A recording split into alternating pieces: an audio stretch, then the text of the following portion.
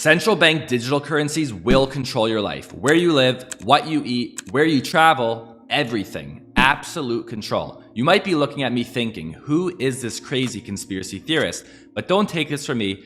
Take this directly from the head of the Bank for International Settlements. And fair warning, the clip we're about to watch, it's a bit disturbing. For example, in cash, we don't know, for example, who's using a $100 bill today. We don't know who is using a 1,000 peso bill today. A key difference with the CBDC is that central bank will have absolute control on the rules and regulations that will determine the use of that expression of central bank liability. And also, we will have the technology to enforce that. You heard it directly, absolute control. And the way this would work is that in a cashless society where a government digital currency is the primary form of payment, it is very simple for a government to block a transaction or freeze your money. You may be wondering, well, why don't we have this today? Don't we already have digital payments today? Most people pay through credit cards or mobile apps. Well, the thing about today is we live in a partition system. The way money works today is it's broken up into segments. If you have an issue or get locked out of one section, you can simply hop over to another section. We have the base layer of money, and on top of it, we have banking and mobile apps. So if a bank freezes your account or a mobile app kicks you off, you can very easily jump to a new bank or a new app that will accept you. And unfortunately, this does happen today. It may have even happened to some of you that are watching this video. It also recently happened to Andrew Tate, a very controversial viral sensation. He didn't do anything illegal, he didn't go to jail, but the people at the top didn't like what he was saying. So what they decided to do was ban him across several applications. And the clip we're about to watch, it might get you a bit angered, so my recommendation is to get some comfort food. And here is what Andrew Tate had to say. Let me film my final message explaining how this is unfair and unjust. We filmed it, we produced it, we got it all edited within 12 hours, had it ready to go, but we couldn't post it because of the YouTube strike. So we're waiting for the YouTube strike to expire. A few hours before the YouTube strike expires, guess what happens? They banned me from YouTube.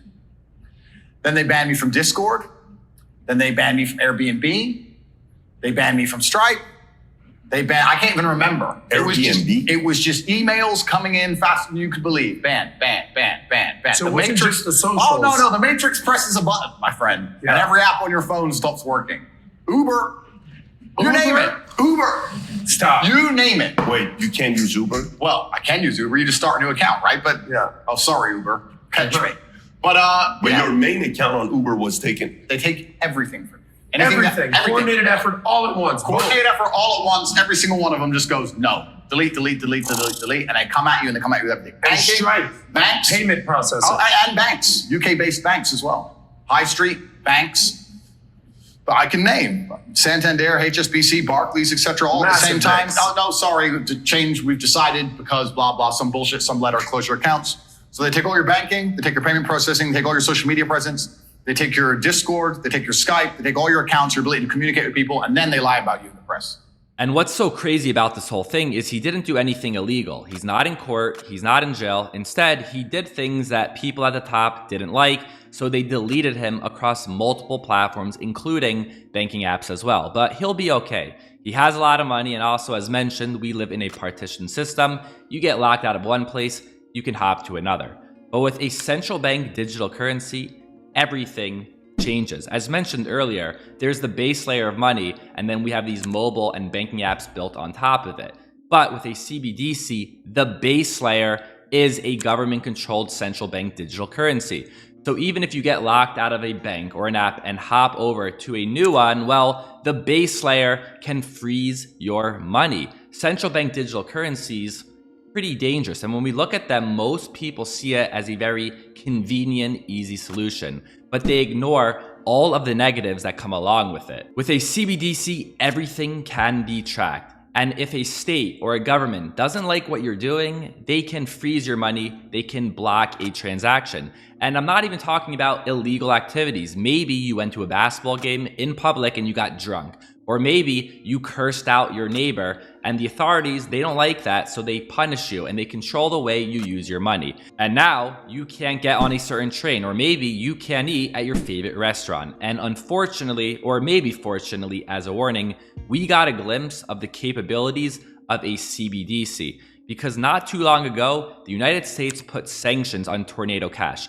This is a privacy app built on top of Ethereum, and the government didn't like it. So they said any assets that went through this application should be blacklisted or frozen. And they forced Circle, the creators of USDC, to freeze the USDC that went through Tornado Cash. USDC is not real cryptocurrency. It is a 100% centralized cryptocurrency. And when we talk about government CBDCs, there is a 0% chance they will make a decentralized version. It will 100% be centralized. They will control the supply, they will track it, they will know who is spending money on what, and they can freeze your money at any time. Some even believe that the United States one day may adopt USDC as their CBDC. And if you're still watching at this point, you're probably starting to understand the dangers of a CBDC. But even if you can understand, it's pretty hard to imagine how it actually plays out.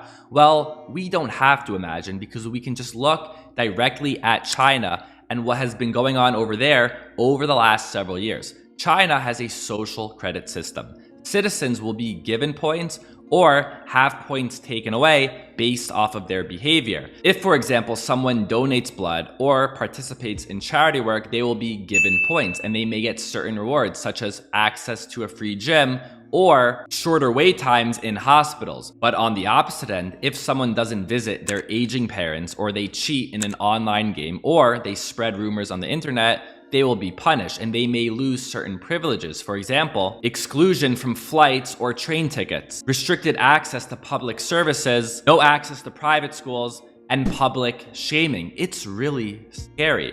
And the reason certain regions in China were able to do this program successfully is because certain regions in China are nearing cashless societies.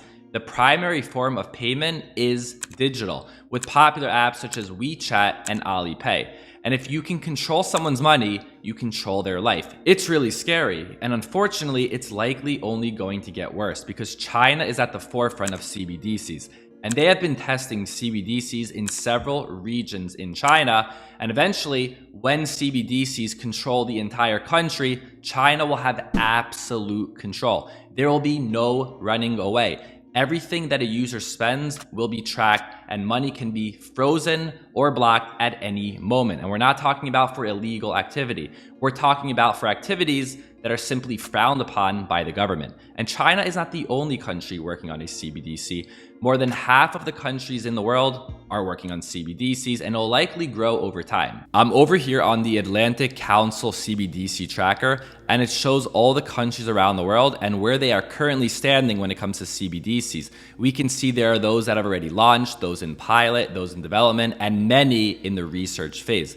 If we look at the United States, they are currently in the research phase. And in the first ever crypto regulatory framework from the White House, they clearly outline that they are exploring a US CBDC. But some good news, Jerome Powell recently stated that the US has decided to not proceed with a CBDC and instead take a few more years to understand crypto, CBDCs, and the regulatory framework. But eventually it will be here. But it's not just about the United States. Many of you watching are not from the United States. You are from different parts of the world, and CBDCs are coming. So what can we do to stop it? The answer is nothing. They will be here. Some this year, some next year, some within the next 5 years. And when that happens, absolute control over your money.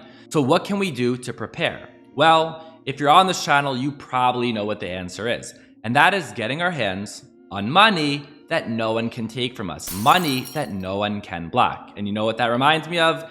Decentralized cryptocurrencies, such as Bitcoin or something like Monero for privacy. And I don't say this from a money-making perspective. I'm not making this video to say, buy Bitcoin, buy Monero, or buy any other cryptocurrency in anticipation of CBDC so that the money will explode. Although I do think when the world wakes up to the harms of CBDCs and the value of a decentralized cryptocurrency, I do think cryptocurrencies like Bitcoin will explode. But instead, I am making this video from a practical sense of freedom. You never know when you'll need some money in the event of an emergency, and it would probably be a very wise decision to get some cryptocurrency and save it for the future. And I'm not talking about a large amount or thinking, how am I going to make money or do a 300% profit on my money?